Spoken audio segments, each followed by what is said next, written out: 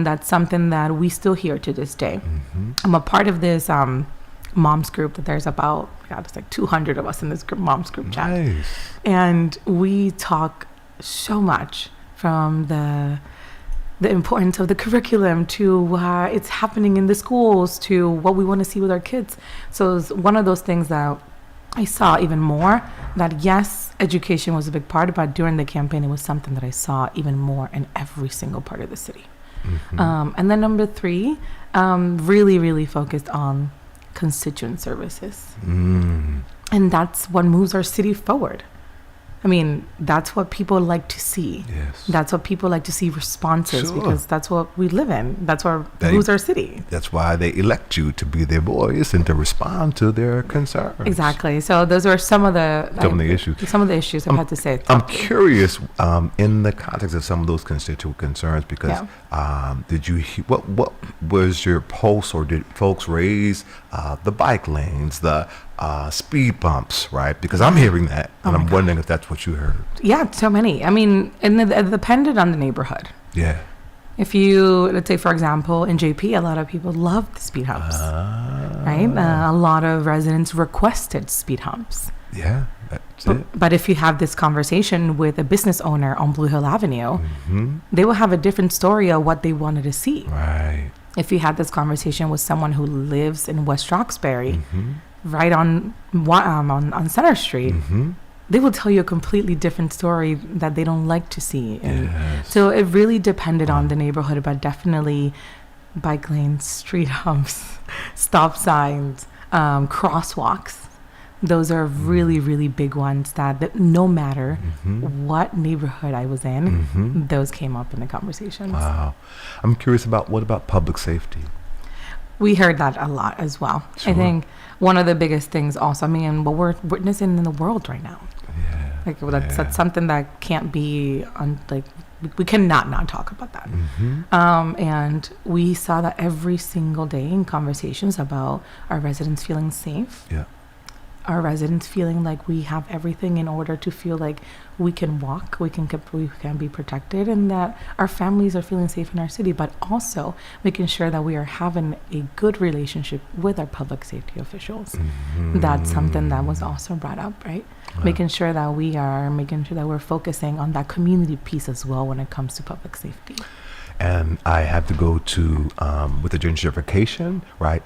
The cost to be able to be a homeowner, with the taxes that have gone up, I think 13%, and already was 2 digits, right? Like, so that seems to be something that we're hearing a lot. People feeling that they're being pushed out of the city because they can't afford to be able to stay here with the increasing, with just the cost of housing. And so homelessness, people are losing their homes. It's astronomical. It is astronomical. And it's something that I hear every single day from corner to corner. I'm sure. That's everywhere. It's everywhere. I mean, myself, right, as a homeowner, I was lucky that I was able to purchase during the pandemic. Even though it was crazy to even purchase during that time. But I keep seeing how much that's affected. I have friends who are renters that are right now renewing their leases, and they're like, Alex, I don't think I could stay in the city anymore. They're looking for apartments in Brockton, in Lynn, in Somerville, because that's where they're able to afford it. And with this increase in tax, even homeowners, I'm hearing homeowners who are saying, they don't. If you own the home, right? Some people are saying if you're renting the home, right, you can pass that tax on to the person who's renting, and that's a problem for them. I was like, that's a problem too for them. But then people are saying, I've heard mothers, single moms who are homeowners who own the home, and they said they can't pass it off to anybody because they own the home themselves. So that's a big issue. Imagine the seniors, right? Oh my goodness. And that's a whole different. That's another whole. That's another thing to focus, because one of the things that I talked a lot about during the campaign was exemptions. And because as a City of Boston resident, you own a home, you're able to have a residential tax exemption, right? That allows us not to pay full our taxes. Seniors get that as well. Oh, really? They do that, but you are only able to have up to 1 or 2 exemptions when you file for the city every single year. So one of the things that a lot of the residents talked about, and some of the seniors that do are homeowners that we talked about too, is that what it will look like for us to allow seniors to have multiple exceptions on their taxes. To that same extent, you have seniors who are no longer working. Yes. Who can't even, who their Fixed houses incomes. they're on fixed income, their houses are paid off, but they can't even afford to pay the electricity bill, even food in it. Imagine. And then they add tax. Correct. So that's also something to really, really dig into and look into, and how we focus on supporting. I know there's a couple bills and a couple legislations that are trying to focus on that right now, and how to support and give more support to our seniors, Yes. which is something that I'm really excited, hopefully, to see move forward. So let me ask you, look, for those who don't know, what district were you running for? At large. At large. Yeah. All right. So Yeah. this is your first time, and It you said, let's is. go for at large. Yeah, I was like, let's do it. Good for you. Can I ask, how many votes did you get? 24,000. That's great. Yeah. It was So there's a amazing. bunch of folks who felt, they wanted to support you. Yeah, it was beautiful. It was something that we saw that the residents in the city of Boston wanted something different. They wanted something new, and obviously I had a lot of people who were running and who were before me that are incumbents, others that have ran before, and name recognition was huge. Yeah. So all those factors came in, but we saw those numbers, and I am so proud of that number. And you should be, because I think what happens is, first of all, you engaged, so there were 2,400 people. 24,000. Yeah. Whoa, that's huge. Yeah. 24,000 people. So those are people who were civically engaged, right? And from my perspective, it's a win, even if you didn't get the seat, because Correct. the thing is, you engage people, Yeah. and my thing is, people are not civically engaged enough. Correct. And that is the reason why, in many instances, incumbents maintain, right? And they don't get, they're not, because people, again, quite candidly, even in the mayoral race, right? 19% of people who were registered voters in the primary bothered to cast a ballot. Right. So those are people who are already civically minded, but they didn't bother to participate in the preliminary. Correct. So hence, Josh Kraft, forgive me, he said, I'm bowing out, because, and they were like, they were clever. Well, if you put it in proportion, that only 19% Right. of those who actually registered, never mind those who were never registered. Correct. And you may have encouraged people to become registered who were not, and so that's a whole block of folks. Oh my God, who I are not have civically engaged. so many people on election day texted me and said, Alex, I'm voted for the first time, and I'm voting for you. Wow. I registered. I remember where I get my hair done. I've been getting my hair done since I was like 10 there. Wow. She texts me and she goes to me, Ale, I became a U.S. citizen this year, and that first vote is going to you. That's beautiful. And I get so emotional when I talk about that, because Sure. You should. that really showcases you and lets you see what it looks like to be a full community-driven campaign. Yes. And I say that because every single vote, every single person who supported Yes. was a conversation, Yes. a touch that we had, Yes. a first-time voter, Yes. a parent, a mom, an individual who felt that they needed a fresh voice and someone who they connected with, that they can also see themselves in. Yes. And that's why they voted. That's beautiful. So, what are you gonna do? Are you gonna run again? You're gonna build that? You know what I'm saying? Now, all those folks who believed in you, what are you gonna do now? What's your plan? Yeah, well, I'm working still. So Okay. obviously we're still working. Of course. It's something I said to myself, it's time to sit down, regroup, right, and think about Sure. what's next. Sure. And think about how do we continue. I don't know if you remember last time I came, we talked about outcomes in the election. Yes. And we said, whatever happens Yes. after it, Yes. we have to remember is, how do you continue to be in the community? That's it. How do you continue to still have an impact? That's it. Sometimes we talked about people run Yes. and they don't win, Yes. but then they disappear. That's it.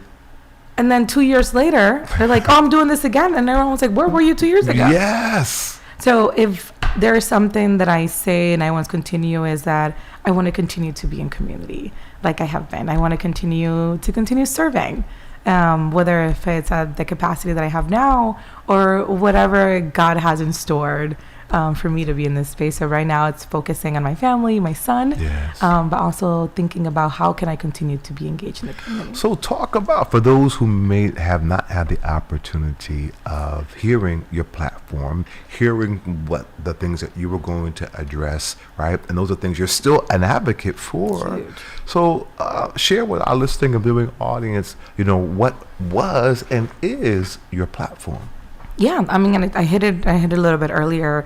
Definitely education was a big part of it, especially focusing on expanding more universal pre-K seats in our city. I like that. Making sure that every single 4 and 3-year-old in our city is able to have a seat. And that's so important. So that's another thing we don't talk about, right? You have a lot of parents who decide to have their children go to different schools in other cities because they don't know if they're going to get picked in the list to be able to get a seat, right? And I think that's something that's very important. There's a lot of efforts that are taking place right now to be able to expand so we can have more seats. But one of the really focuses is imagine in a world where every single child is able to have a seat. That should be the case. I mean, my understanding, and I'm not a parent, but I understand. I know so many parents, right? And they talk about that. I'm one of 13 siblings, right, who all have children, right?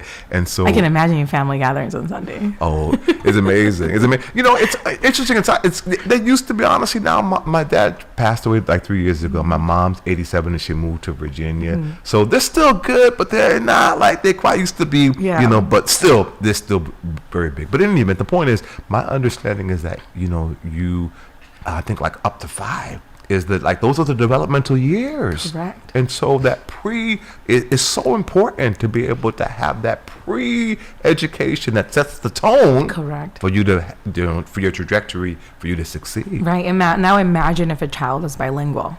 How that goes, right? Yeah. Because that's another case, right? So making sure that we are expanding bilingual education to more of early learning. That's which is a big focus during my platform that I focused on. Amazing. Which is very important. It's so important. I came here when I was 10 from the Dominican Republic. Okay. And I started, the first school that I went to was the Blackstone in the South End. From the Blackstone, I went to the Edwards in Charlestown. Then from the Edwards, I went to the Lunenburg in Mattapan. And then from there, we moved and she said, okay, great. Well, you go to St. Patrick's in Roxbury. And imagine that 10-year-old self who was still learning how to speak English. And that was the case for a lot of the kids in my family and a lot of friends. So really making sure that we're focusing on expanding more resources for our bilingual learners in our city, especially early on, is important. It's very important. And then we talked about too, housing.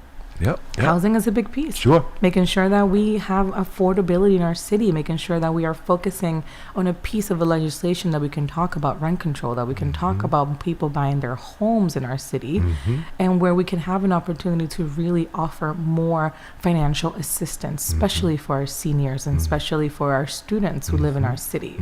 I mean, we have so many people who are trying to purchase homes, but for X reason, the number of the debt that they have in student loans doesn't allow them to even think about taking out a loan or yet going for a mortgage. So making sure that we are really focusing on expanding, creating more housing, creating more affordability, but also focusing on how do we keep families in our city. Beautiful. Being intentional when we build, right? Not that we're not just building 1 and 2 bedrooms, 3, 4 bedrooms, because if we want to keep families in the city, then we have to build intentionally for families to live here. It's important. It's so important. We have to really think about what it looks like when we talk about community benefits. And that's part of community benefits, and really holding developers accountable when we have those conversations about the importance of what we're giving back to the community. Let me ask you in that vein, with regard to developers, right? We see the development happening all over the place, but the percentage of people who are black and brown getting those contracts, and there's actually an obligation, right? For them to, I don't know what the quota is. Our sister minister Priscilla Flint, she's all on that, right? In terms of, but they're not, when you go to these places, they're not following what they're supposed to do in terms of even, and it shouldn't even be a quota like you, but you're not meeting those minimal requirements, right? So in terms of developers, black and brown developers also having an opportunity to participate in this building boom. So is that something that that you also would think is important to address? Of course. I mean, we have to be able to support and invest in our black and brown communities. I mean, that's what makes our city grow. That's what you see in every neighborhood, every street that you walk in. I always say this, and I say this with any processes. The issue starts the day that you open your laptop and you hit, I want to apply. When you go in that portal, it is so complicated. Yes. That even I, as someone who knows how to maneuver a computer, sometimes can't even understand it. It's true. And I challenge the listeners. I challenge anyone who's listening to do that, and not just at the city level. Try to do it at the state level too, and try to apply to be a vendor, or apply to do one of those processes, and see how difficult it is to maneuver those things.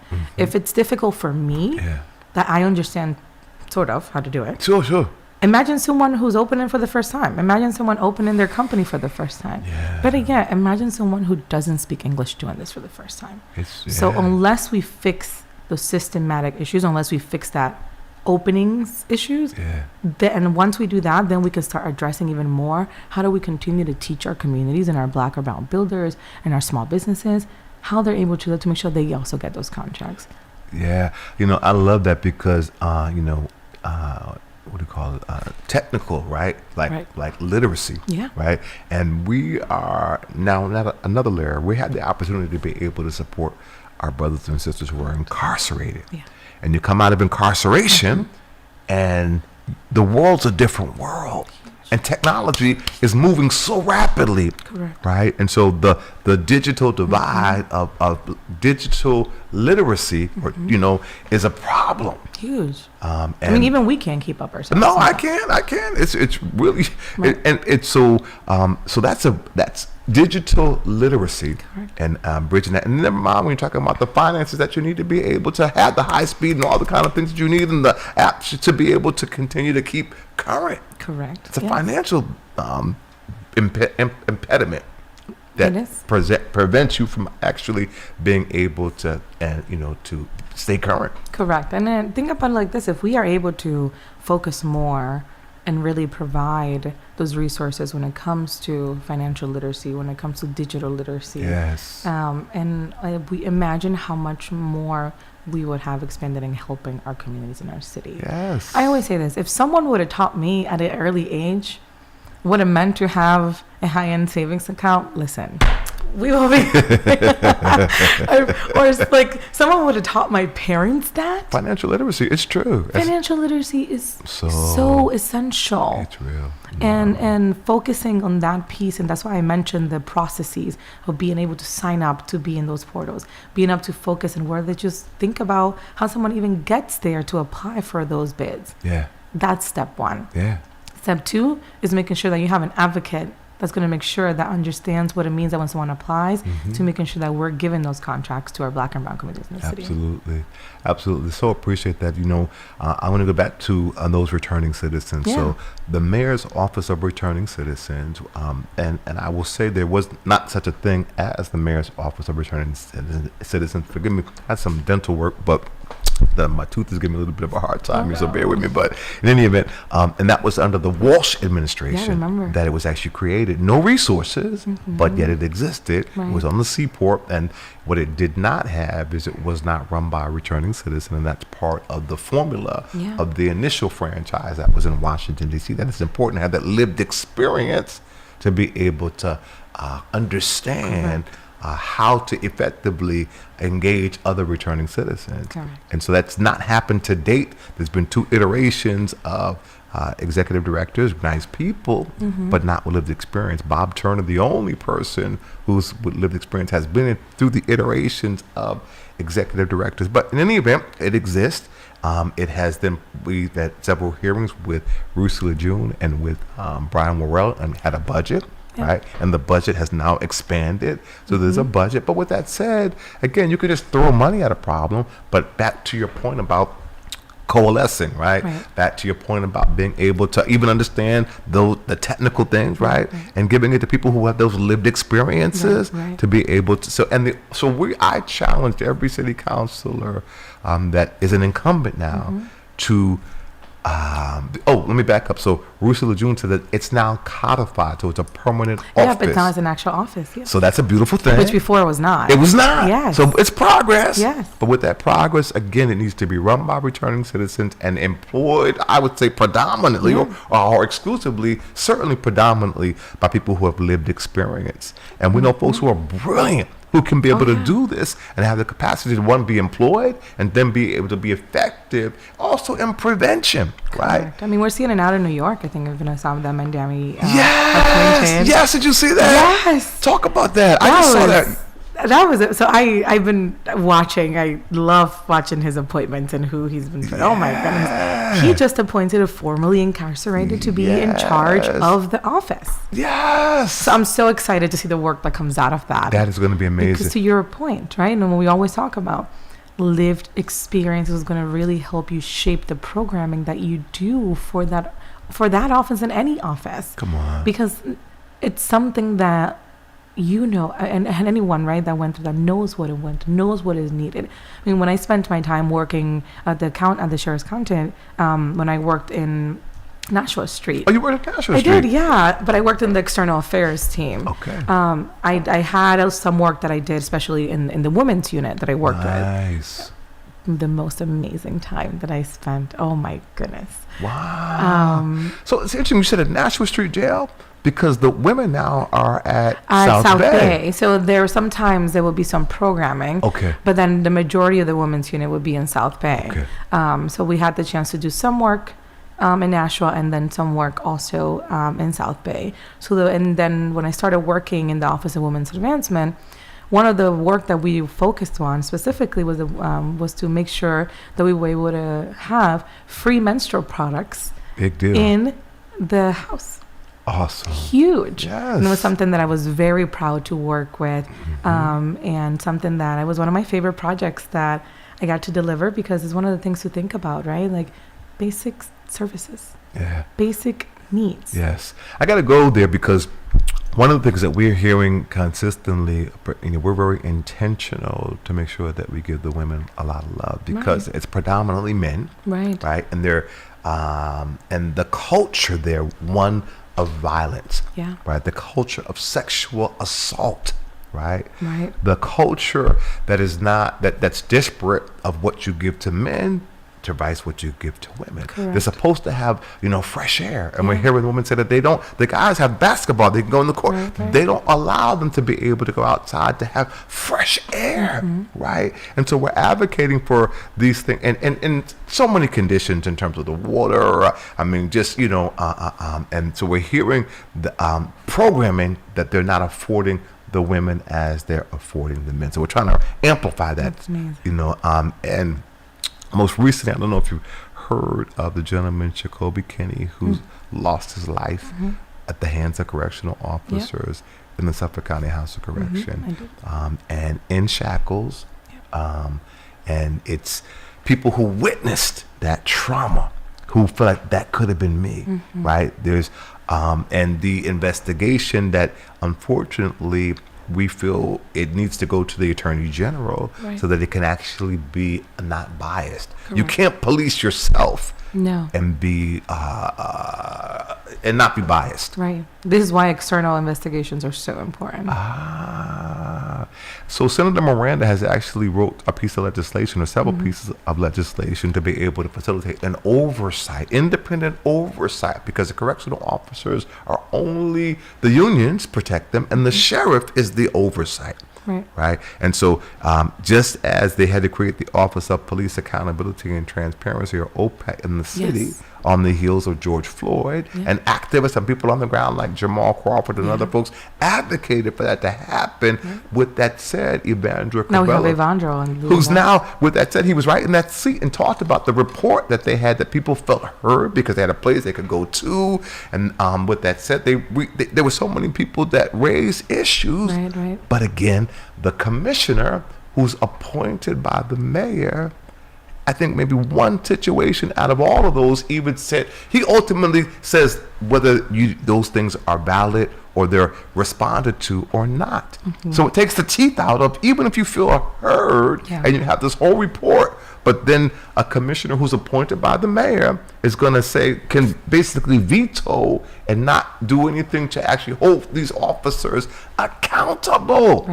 Right? Same thing. You cannot kill a person on the street and continue to walk the streets, right? So why should you be able to, have misconduct and so forth and continue to serve? Why can you be able to kill someone behind the wall, continue to threaten people who are calling you out, and there's no accountability?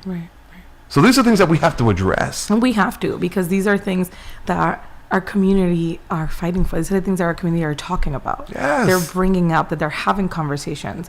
I mean, just go online, right, on Facebook, you have those conversations and people are talking about that.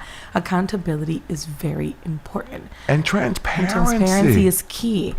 Is there anything that I learned, listen, from this whole experience, is the importance of being transparent, the importance of speaking the truth, and the importance of just being honest. That's it. But also being okay with having a conversation and coming to the table to break bread. Because I think that's where a lot of the things, right? We've lost that. We have lost that, and we need to come together to have uncomfortable conversations and be okay in being at a table where we can come to a compromise, where we are making a decision and understanding that at the end of the day, the decisions are going to be affecting our residents every single day. And that's something that we need to come back, we need to be talking about, and we need to be doing more of, to be completely honest. That's amazing. So let me, for those who don't know you, and you said, I got the opportunity to be able to hear of some of your backstory that was the impetus for you even to throw your hat in the ring. So can you educate and share some of your backstory that, in your experience and all those things that led you to say, I now want to throw my hat in the ring to be able to go to this level of advocating for the community? Yeah, of course. Where do I start?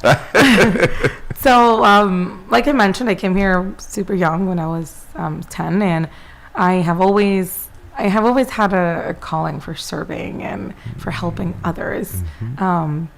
Derail, but a couple of weeks ago, I called my old professor in the Dominican Republic from grammar school. Wow. I called her to say hello and check on her and see how she's doing. Wow. And she says to me, I've been following you from Facebook and seeing everything that you're doing. And she said to me something that I would never forget. She was like, ever since you were a little girl, you always wanted to help your classmates. Wow. She said, I remember that sometimes others will forget their lunch and you will give them your lunch and say, it's okay. Wow. And I was like, oh my goodness. I'm like, oh my God. That's beautiful. So that's innately who you've been. Yeah, so to say that, I started off working, interning for Councilor Matt O'Malley when Matt was a city councilor. Oh, yeah. This is when Ayanna Presley was in office. This is when Tito Jackson was in office.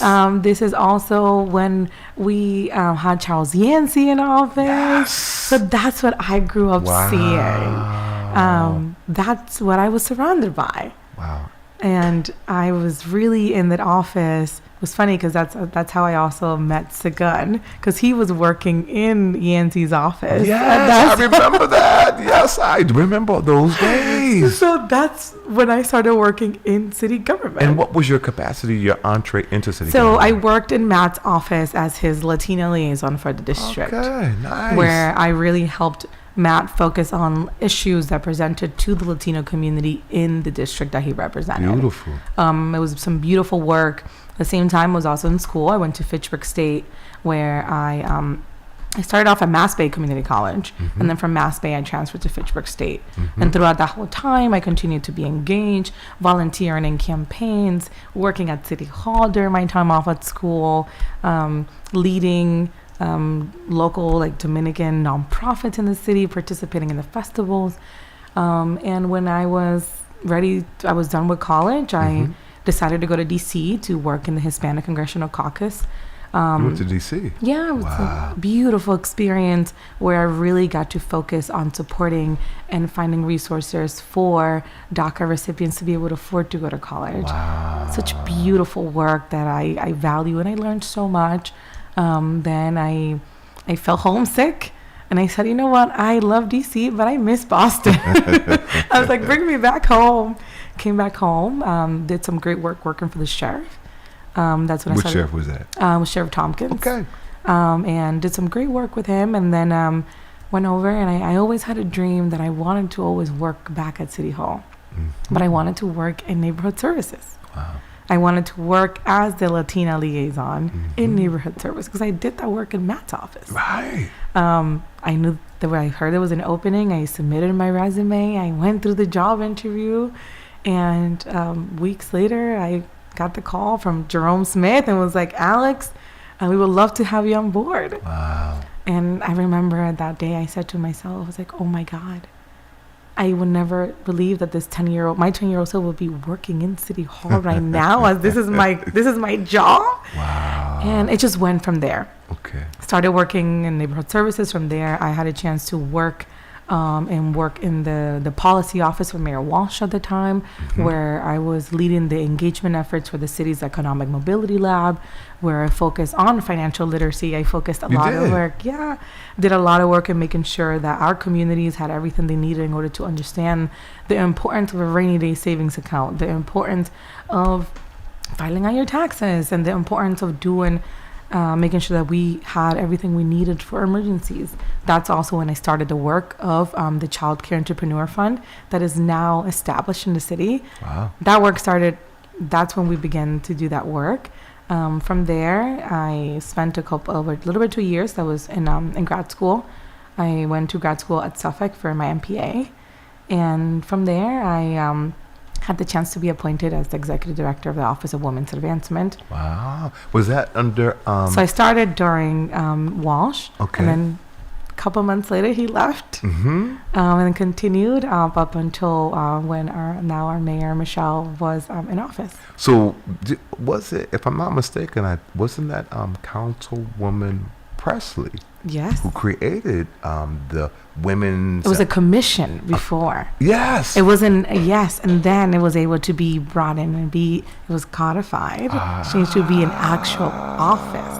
Beautiful. So when I say all that stuff, I say because I worked in city council and I saw the amazing work that was being done by a congresswoman, by Tito, by Matt, and others who were in those seats. And I said to myself, wow, this is what serving really looks like. This is what working really looks like. And continued to work, and I continued to be there, and then being able to be appointed by Mayor Wu as the director of the Office of Cultural Affairs right after I was done with work in the Women's Advancement. So that's a little bit of my backstory and the different roles that I have had. And I always say the importance of being able to know what it looks like to just have a kid from the city that has grown up here, immigrated here, also showcase that you can do this. And so what is your capacity now? Where you're working now? So I continue to lead the Office of Cultural Affairs in the city, where during these times right now, it's been so hectic. And the past couple of weeks has just been a lot, to say the most, because of what we're seeing with ICE, what we're seeing in our communities, and everything that's going on. But love the work that I do. I love being able to bring communities together, bring cultures together, and just just showcase how much rich culture we have in this beautiful city. So if one is interested in being able to access you within that capacity, and what are some of the things within your role? Yeah. As you said, culture, but culture, how is that defined, right? Is that just linguistic? Is that, what's the encompassing all culture that you're bringing? Great question. So our city has culture advisors who represent different cultures throughout the city. These positions were, they were put on such a while ago, a long time ago. So we have a Latina liaison, which represents a lot of the work within the Latinx community. And then we also have a Haitian advisor. There's a lot of great work within the Haitian community. We have a Vietnamese advisor. So there's a lot of work in the Vietnamese community. Then we have, it was a new position that was supported by Councilor Mejia and Councilor Morale, was our Caribbean advisor, who really helps represent all of our Caribbean islands. And that has been such an amazing position to see flourish in the office. It's beautiful. And then we also have a Cape Verdean advisor. That really helps us to connect. And then we're also just having more conversations and look what else we can be doing in the office and add in.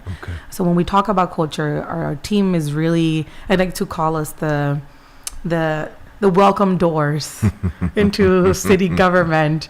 And we are the connectors that are connecting residents into the different city services. While at the same time, we work with a lot of cultural nonprofits. Even though they're not represented in those advisors, we still do a lot of the work. We are celebrating events. We are providing grants. So be in the lookout.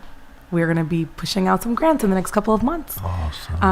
For cultural programming. This can be through church. This can be through an organization. This can be because you want to host a watch party to see the CV game here in the city. So those are some of the work that we do while also supporting our small businesses, maneuver a lot of the city services, work a lot with our partners over at ISD, as well as every single city department to really be that connector and make be that accessibility to our residents, from celebrating our flag raisings, from celebrating cultural days in our city, to being able to actually put together events. I don't know if you remember it was last year that during the trolley tours, we were giving out bags of food as well.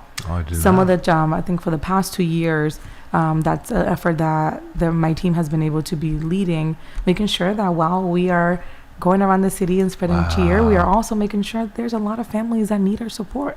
So that's been a beautiful thing that we have been doing for the past 2.5 years, and we want to continue that work as well. And that's just some of the work that we get to do, from the grants, the connecting, and So if one is interested, you said stay tuned, but how would one be able to reach you and or the office to be able to pursue and find out what's happening with regard to resources to advance culture? So you feel free to email me personally, alexander.valdez@boston.gov, and I will be more than happy to share resources, connect, and just be supportive in any way that I can. Awesome. Does that include art and music? Yes, everything. So we work very much hand in hand with the Office of Art and Culture when it comes to our artists, when it comes to our events, when it comes to planning. So it definitely encompasses a lot of the work, because we work very much hand in hand.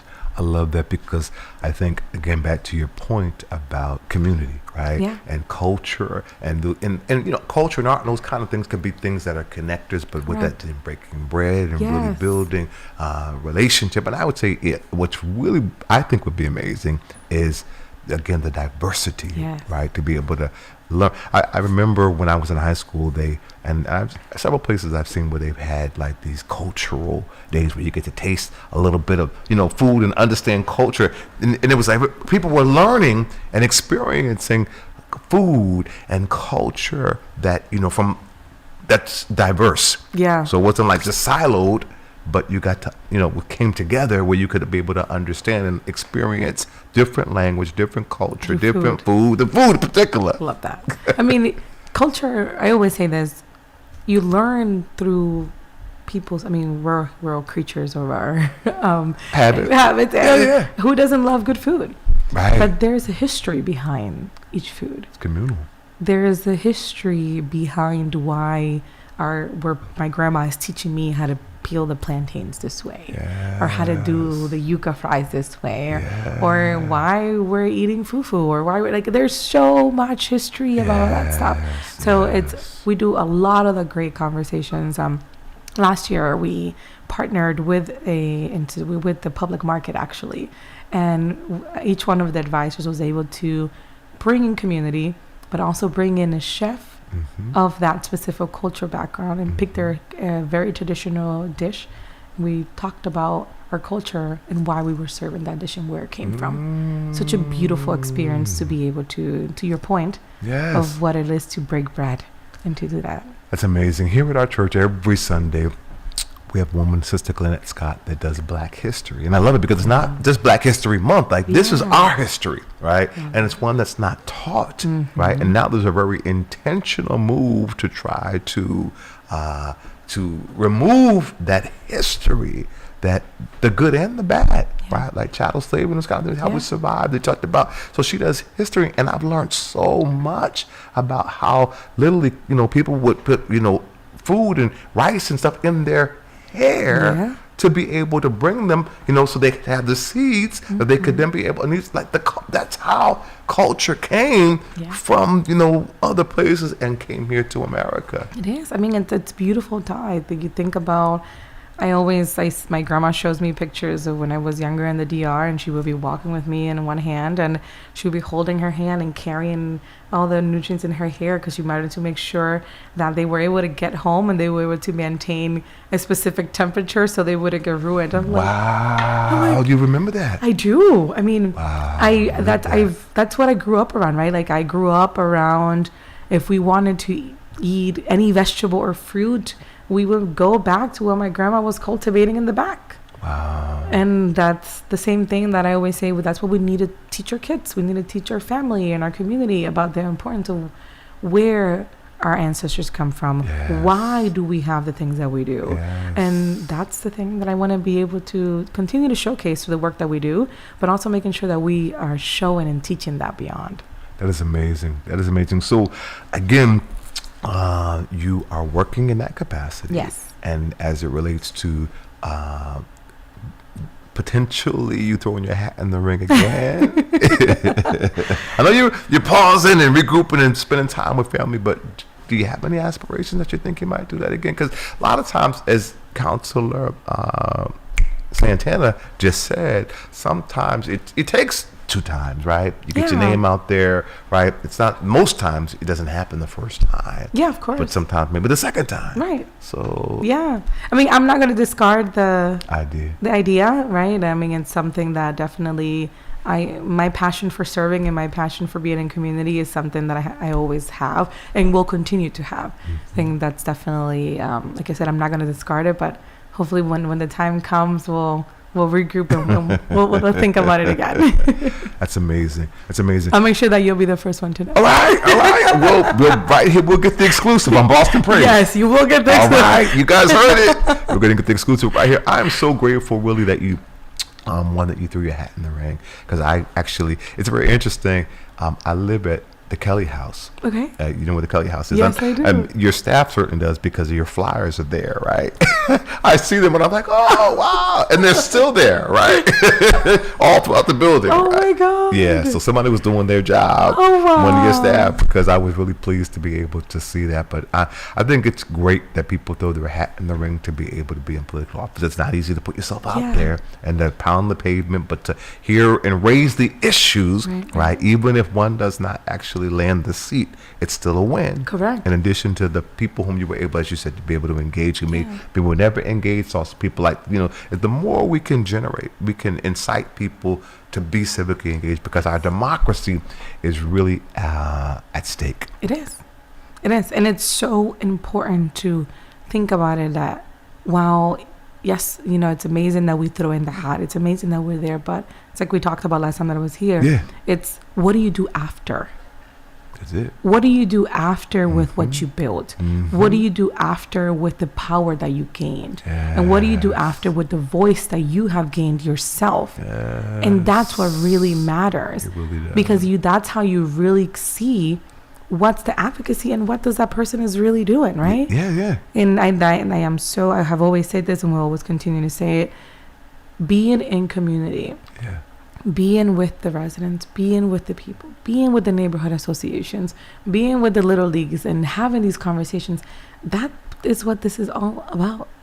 And that's what community is all about. And that's what being in these jobs is all about, that the residents elect people to be in. So I always say this, and I have said it during the campaign, we need to make sure that we are keeping our electeds accountable, that we're keeping anyone who we vote for accountable, because these are the people, we are giving them our voice and say, here is my trust. Yes. I am trusting you and my vote for you to speak for me. Yes. And that's what we need to It's so, and it's very interesting, this being Black History Month, I'm actually seeing, I'm learning, I mean, I know some of it, but I'm hearing the details of stories of people, who just wanted to, who were fighting for us to be able to have the right to vote, like beaten, right? I mean, Fannie Lou Hamer, right?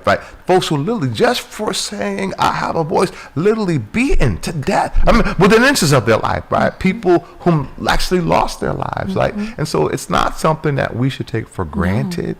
It's not something that people should feel is an entitlement or be casual. And I do hear people often say, it doesn't matter. Oh, I'm not going to vote, right? And we have to continue to plant those seeds, water those seeds, and make those connections and understand that there's a push to be able to push us back. And the gains that we've had, we still have a long way to go. Correct, yeah. But in particular, for me, particularly, we talk about those who are incarcerated because the trauma, right? And the fact that the 13th Amendment says that slavery was abolished with the exception of those who've been convicted of a crime. The fact that if you're convicted of a felony now in the state of Massachusetts, you actually cannot vote while you're presently serving time for a felony, and that was taken from you in 2000. Why? Because people were using it, and it was Governor Cellucci, who's a Republican governor at the time, who said that's too much. No, first of all, what he said is if you can't follow basic rules, you don't deserve the right to vote. The right to vote.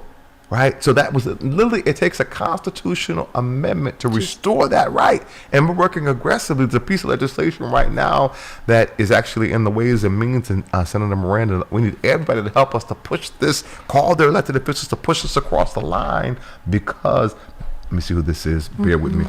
Boston Praise Radio and TV Network.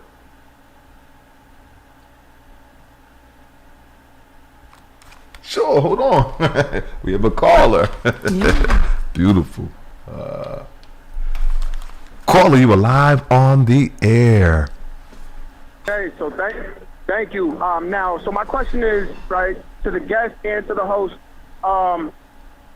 understanding, right, just careerism and, just people who get into these elected positions who want to elevate their careers and pretend as if they're the voices of the people and representations of the people, and, they're representing these constituencies. And when you have that, like, what is the best way to, do research and understand the background and the platforms that people come in with, right? The challenge if there's, issues, right? And we're to hold those elected accountable. What is the best way to hold? What do you feel is the best way to hold them accountable outside of just being able to vote? Because once they're voted in, they're holding that space. Yeah. So, I just want to know what you feel civically is the best way to hold accountable outside of just waiting for their term to end and then voting them out if they get voted out. Great question. And caller, I know you said offline, but can you tell us your name and where you're calling from? I'm sorry? Say that again? Can you tell us your name and where you're calling from?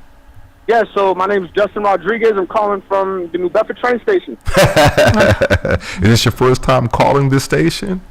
Yes, it is. Thank you, That's Justin. Amazing. Yes. Nice to hear you, Justin. Go right ahead. Thank you. That's a great question. I always say this: we need to show up. Yep. We need to show up and show up everywhere and pay attention. Yes. We need to find out when those meetings are happening, whether if it's a school committee, whether if it's a council hearing that you are interested in, and finding out. And if you cannot show up, look for the minutes online. Play back that video or read about it in the newspaper, because we need to make sure that we are understanding where each member is voting for those issues that matter the most to us. We also need to make sure that we're looking at the resolutions that are being put in the table to understand what their priorities are. I have always said this: you will know what an elected official's priorities are based on what they're putting forth in the legislation in the table. So making sure that we are holding them accountable in the way that they vote. When it comes to a lot of the what they're pushing forward, what they're saying in the city council or school committee meetings or any elected meetings, but also how they're being present in community. That's a huge one, right? Because if as community we elect anyone, whether that's school committee, whether that's parent council or whatever we want to call it, if that person is not showing up, and if they're not picking up that phone to deal with constituent services, then you put that in the back of your pocket and you remember that next time there's an election. I concur. And I would also add, as she said, you can go to where they are, right? Like people go to their home, people protest, right? People say, you said you were going to do A, B, C, D, E, F, G. And I hate to say it, but put them on blast. Hold them accountable. That's some of the, what do they say? There's a saying that says, protest is the language of the unheard. There it is, right? So I would say protest, right? Because those are other kind of things. While you're still in office and maybe we can't get you out, we could raise noise, right? To be able to show up at where you are, and people actually do that and say, you said, and sometimes it's literally, it has shut them down from the ribbon cuttings and the other kind of things that they're doing that are just kind of symbolism when folks in community are gathered in the moment. Because the people are always the ones that are going to be able to raise the voice who put you in office and say, we put you in office. We voted for an elected school committee. And I'll give you a prime example. So what happened when the mayor actually wanted to remove the school? And people protested. Was it John D. O'Brien? Right? People who were alumni, because there was no conversation. We're just going to do this, and think that people were not mobilized to be in it. Say, no, you can't do that, and it halted it. Yeah, I think, Justin, wherever you are, or if you're a City of Boston resident, or if you're a resident, I am. Great. Listen, every Wednesday, tune in to the City Council meetings. Every Wednesday. Make sure that you're tuning in. And if you can't tune in because you're at work or you're doing something, go back, literally Google City Council meeting. They have their own YouTube channel, and you can go back and you can see the recorded meetings because they're recorded. And you can actually see the minutes. And if you even want to see the agenda that is being put forth, you can see that too on the website. And if you want to see what anyone is up to, also look. Social media is a huge one, right? Go up to their coffee hours, go to their office hours that they're happening in different neighborhoods. And if this is just not elected and you want to see what anyone is up to that is in an office, that is leading an initiative